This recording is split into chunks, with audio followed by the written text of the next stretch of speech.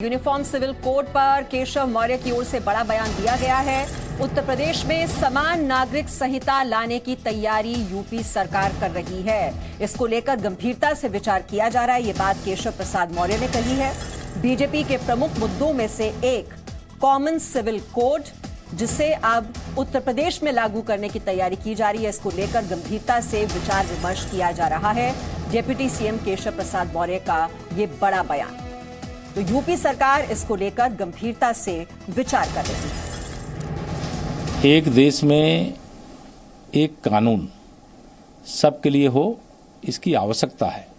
किसी के लिए कुछ हो, किसी के लिए कुछ हो, इससे बाहर निकल करके मैं समझता हूं सोचने की आवश्यकता नहीं है। और उत्तर प्रदेश सरकार भी इस दिशा में गंभीरता से विचार कर रही है।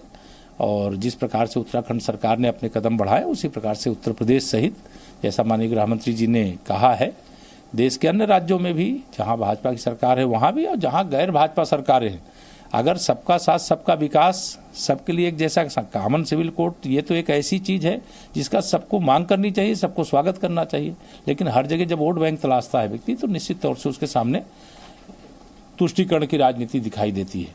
लेकिन हम इसके पक्ष में, भारतीय जनता पार्टी के जो प्रमुख मुद्दे रहे उनमें से एक यह भी है कि हम धारा 370 की बात कर रहे थे तो धारा 370 समाप्त हो गई। श्री राम जन्मभूमि की बात कर रहे थे, रामलला का मंदिर बन रहा है। कॉमन सिविल कोड की बात है, इस दिशा में भी हम आगे बढ़ गए हैं, आगे बढ़ेंगे। तो आप सुन रहे थे केशव प्रसाद मौर्य जो कह रहे हैं कि जो बीजेपी के अहम मुद्दों में से एक है यूनिफॉर्म सिविल कोड, और इससे पहले 370 की बात थी, वो मुद्दा हो गया। राम जन्मभूमि विवाद था, उसको सुलझा लिया गया, और अब यूनिफॉर्म सिविल कोड को भी लागू करने की तैयारी की जा रही है। आपको बता दें, गृह मंत्री अमित शाह कल मध्य प्रदेश के दौरे पर थे और भोपाल में अमित शाह ने एक खास बैठक ली जिसमें कुछ विशेष लोग शामिल किए गए थे। जानकारी के मुताबिक अमित शाह ने देश में यूनिफॉर्म सिविल कोड पर बातचीत की। सूत्रों के मुताबिक अमित शाह ने यह संकेत दिए कि कॉमन सिविल कोड लागू किए जाने की तैयारी पर विचार हो रहा है। खबरों के मुताबिक आपको बता दें, अमित शाह ने कहा कि सीएए, राम मंदिर, 370 पर फैसला हो चुका है, अब कॉमन सिविल कोड की बारी है। उत्तराखंड में पहले ही पायलट प्रोजेक्ट लागू है और कॉमन सिविल कोड ड्राफ्ट की तैयारी हो रही है। सूत्रों के मुताबिक उन्होंने बैठक में कहा कि जो भी बचा है सब ठीक कर दिया जाएगा। तो अमित शाह ने भी इसको लेकर संकेत दिए थे। जो कल भोपाल में बैठक बुलाई गई थी, तो अब यूनिफॉर्म सिविल कोड लाने की तैयारी की जा रही है। इस बात के संकेत गृह मंत्री अमित शाह ने कल भोपाल में होने वाली बैठक में दिए थे। और यूपी के उप मुख्यमंत्री केशव प्रसाद मौर्य की ओर से भी बड़ा बयान दिया गया है यूनिफॉर्म सिविल कोड को लेकर कि गंभीरता से इसको लेकर विचार किया जा रहा है। और डिटेल्स हम ले लेते हैं। हमारे सहयोगी विशाल इस वक्त हमारे साथ हैं। विशाल, जो 2019 का चुनावी घोषणा पत्र था, बीजेपी के अहम मुद्दों में शामिल रहा है यूनिफॉर्म सिविल कोड, और केशव प्रसाद मौर्य अब कहते हुए कि इसको लेकर अब गंभीरता से विचार विमर्श किया जा रहा है। बिल्कुल मीमांसा, यूनिफॉर्म सिविल कोड बीजेपी का एक कोर मुद्दा रहा है। जैसा कि केशव प्रसाद मौर्य ने कहा कि राम मंदिर, धारा 370 के साथ बीजेपी लगातार यूनिफॉर्म सिविल कोड का मुद्दा उठाती रही है। और अभी जो 2022 के विधानसभा चुनाव बीते हैं, इसमें उत्तराखंड में बाकायदा वादा करके बीजेपी सत्ता में आई है यूनिफॉर्म सिविल कोड के मुद्दे को लेकर। और अब केशव प्रसाद मौर्य ये कह रहे हैं कि उत्तर प्रदेश में भी यूनिफॉर्म सिविल कोड पर विचार किया जा रहा है।